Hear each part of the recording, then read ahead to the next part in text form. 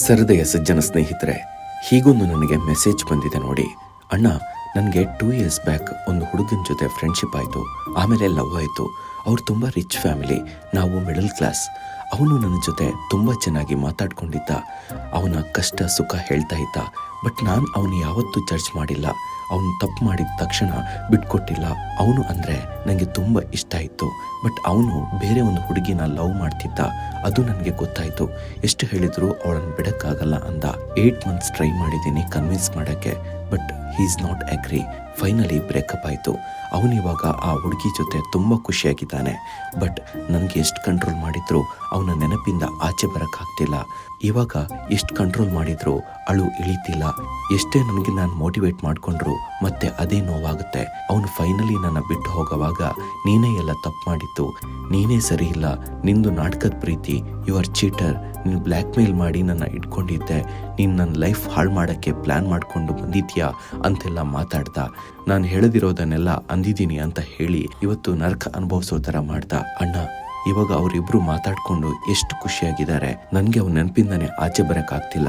ಎಷ್ಟೋ ಸಲ ಅನ್ಸುತ್ತೆ ಅವನೇ ಚೆನ್ನಾಗಿದ್ದಾನೆ, ನನಗೆ ಯಾಕೆ ಆಗ್ತಿಲ್ಲ ಅಂತ ರೀಸ್ಟಾರ್ಟ್ ಅಂತ ಮಾಡಿದರೆ ಒನ್ ಡೇ ಚೆನ್ನಾಗಿರ್ತೀನಿ, ನೆಕ್ಸ್ಟ್ ಡೇ ಮತ್ತೆ ಅದೇ.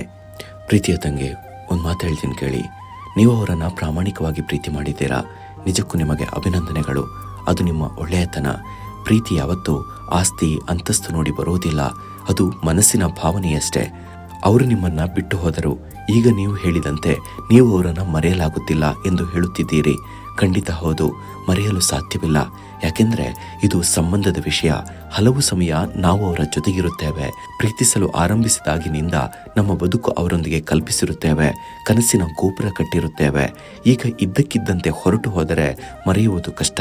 ಹಾಗಂತ ಅವರೊಂದಿಗೆ ಕಾಡಿ ಬೇಡಿ ಮತ್ತೆ ಪ್ರೀತಿಸುವ ಪ್ರಯತ್ನ ಪಟ್ಟರೂ ಅದು ನಿರರ್ಥಕ. ಬಂಡೆಯ ಮೇಲೆ ನೀರು ಸುರಿದಂತೆ ಮತ್ತೆ ಅದೇ ಪ್ರೀತಿ ಹುಟ್ಟುವುದು ಕಷ್ಟ. ಆದರೆ ನಮ್ಮ ಬದುಕು ಮುಂದೆ ಸಾಗಬೇಕಲ್ಲವೇ? ನೀವು ಮರೆಯಲು ಸಾಧ್ಯವಿಲ್ಲ, ಆದರೆ ಆ ನೆನಪುಗಳೊಂದಿಗೆ ಗಟ್ಟಿಯಾಗಿ ಬದುಕಿನಲ್ಲಿ ಮುನ್ನುಗ್ಗಬೇಕು ಅಷ್ಟೇ. ಈಗ ನೀವು ಚಾಲೆಂಜ್ ಮೂಲಕ ಬದುಕಬೇಕು.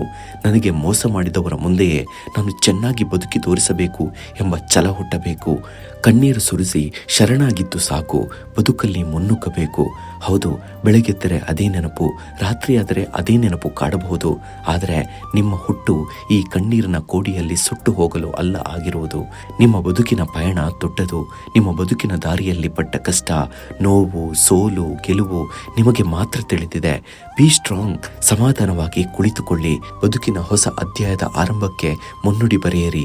ಬೆಳಗ್ಗೆ ಬೇಗ ಎದ್ದೇಳಿ, ದಿನಚರಿಯನ್ನು ಬದಲಿಸಿ, ನಿಮಗಿಷ್ಟವಾದುದನ್ನು ಮಾಡಲು ಪ್ರಾರಂಭಿಸಿ.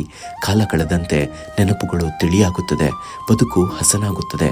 ಇಂದು ನೀವು ನೋವಿನ ಒಡವಿನಲ್ಲಿ ಮುಳುಗಿದ್ದೀರಿ ಅಂದರೆ ಮುಂದೊಂದು ದಿನ ಸಂಭ್ರಮದ ಸಡಗರದ ಶಿಖರವನ್ನು ಕಾಣುತ್ತೀರಿ ಎಂದರ್ಥ. ಕಾಲವೇ ಎಲ್ಲದಕ್ಕೂ ಉತ್ತರಿಸುತ್ತದೆ. Be strong. ಒಳ್ಳೆಯದಾಗಲಿ, ಒಳ್ಳೆಯದಾಗುತ್ತದೆ.